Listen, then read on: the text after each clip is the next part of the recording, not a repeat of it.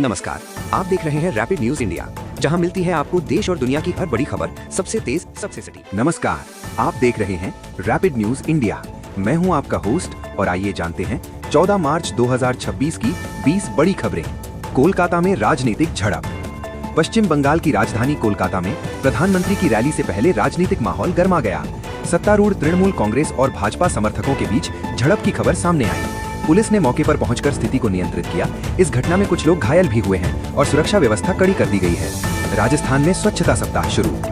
राजस्थान सरकार ने राज्य में स्वच्छता को बढ़ावा देने के लिए 14 मार्च से 6 दिन का विशेष स्वच्छता अभियान शुरू किया है। इस अभियान में नगर निकाय और नागरिक मिलकर शहरों को साफ रखने के लिए जागरूकता कार्यक्रम चलाएंगे। अलग अलग दिनों में प्लास्टिक कचरा प्रबंधन और जल संरक्षण जैसे विषयों पर गतिविधियां आयोजित होंगी। दिल्ली में ओडिशा संस्कृति का महोत्सव।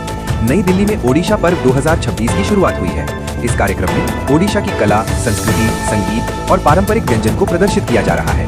देश भर से कलाकार और पर्यटक इसमें भाग ले रहे हैं। 3 दिन तक चलने वाले इस महोत्सव का उद्देश्य ओडिशा की समृद्ध सांस्कृतिक विरासत को राष्ट्रीय स्तर पर प्रस्तुत करना है। वेस्ट एशिया के लिए एयर इंडिया की 80 उड़ानें। एयर इंडिया और एयर इंडिया एक्सप्रेस ने 14 मार्च को पश्चिम एशिया के लिए कुल 80 उड़ानें संचालित करने की घोषणा की है। इससे भारत और मध्य पूर्व के बीच यात्रा और व्यापारिक संपर्क को मजबूती मिलेगी। एयरलाइन ने कहा कि यात्रियों की बढ़ती मांग को देखते हुए उड़ानों की संख्या बढ़ाई गई है। शेयर बाजार में निवेशकों की सतर्कता। वैश्विक आर्थिक अनिश्चितताओं के कारण भारतीय शेयर बाजार में निवेशक सतर्क नजर आ रहे हैं। विशेषज्ञों का कहना है कि अंतर्राष्ट्रीय बाजारों की हलचल का असर घरेलू बाजार पर भी पड़ सकता है। निवेशकों को सलाह दी जा रही है कि वे सोच समझकर निवेश करें और लंबी अवधि की रणनीति अपनाएं। भारत में इलेक्ट्रिक वाहनों की मांग बढ़ी। देश में इलेक्ट्रिक वाहनों की बिक्री लगातार बढ़ रही है। कई बड़ी कंपनियां नए मॉडल लॉन्च करने की तैयारी कर रही हैं। सरकार भी ईवी चार्जिंग इंफ्रास्ट्रक्चर को मजबूत करने के लिए नई योजनाएं बना रही है। विशेषज्ञों का मानना है कि आने वाले वर्षों में भारत का ऑटोमोबाइल बाजार तेजी से इलेक्ट्रिक वाहनों की ओर बढ़ेगा। मौसम विभाग की नई चेतावनी। मौसम विभाग ने कई राज्यों में मौसम में अचानक बदलाव की संभावना जताई है। कुछ क्षेत्रों में तेज हवाओं और हल्की बारिश की संभावना है। किसानों को सलाह दी गई है कि वे मौसम अपडेट पर नजर रखें ताकि फसलों को नुकसान से बचाया जा सके। डिजिटल भुगतान का बढ़ता उपयोग।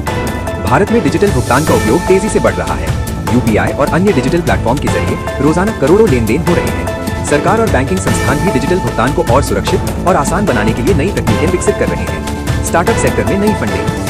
भारतीय स्टार्टअप कंपनियों को हाल के महीनों में बड़ी मात्रा में निवेश मिला है। टेक्नोलॉजी, फिनटेक और हेल्थ टेक क्षेत्र की कंपनियां निवेशकों का ध्यान आकर्षित कर रही हैं। इससे नए रोजगार अवसर पैदा होने की उम्मीद है। शिक्षा में तकनीक का बढ़ता उपयोग। देश के कई स्कूल और कॉलेज अब डिजिटल शिक्षा और ऑनलाइन लर्निंग प्लेटफॉर्म को अपनाने लगे हैं। इससे छात्रों को नई तकनीक के साथ सीखने का अवसर मिल रहा है। शिक्षा विशेषज्ञों का कहना है कि इससे शिक्षा प्रणाली में बड़ा बदलाव आ सकता है। रेलवे में नई सुविधाओं की तैयारी। भारतीय रेलवे यात्रियों की सुविधा के लिए नई तकनीक और सेवाएं शुरू करने की योजना बना रहा है। इसमें बेहतर टिकटिंग सिस्टम और आधुनिक ट्रेन सुविधाएं शामिल हैं। रेलवे का लक्ष्य यात्रा को अधिक सुरक्षित और आरामदायक बनाना है। पर्यटन क्षेत्र में तेजी। भारत के कई पर्यटन स्थलों पर पर्यटकों की संख्या बढ़ रही है।